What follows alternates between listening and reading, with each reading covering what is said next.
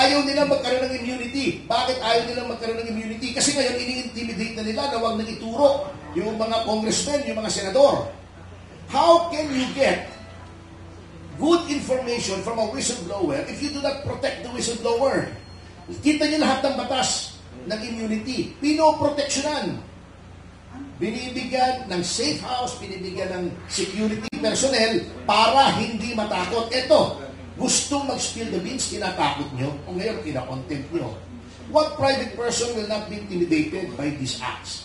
Alam nyo, wala na mangyayari dyan kung ganyan ang Senate President at ang DOJ Secretary. You can write this legislative investigation sa Senado off.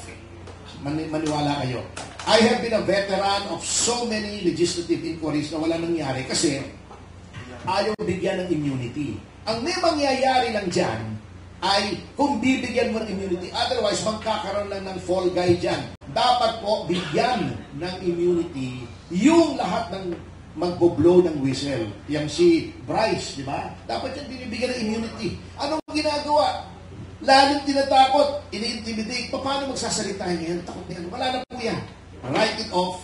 And pag si Remulla ay binraso pa nilang maging ombudsman, you can really say with definiteness na yung sinasabi lang hindi umaandar ang justice system dito sa Pilipinas, baka magkatotoo na po talaga with that kind of ombudsman.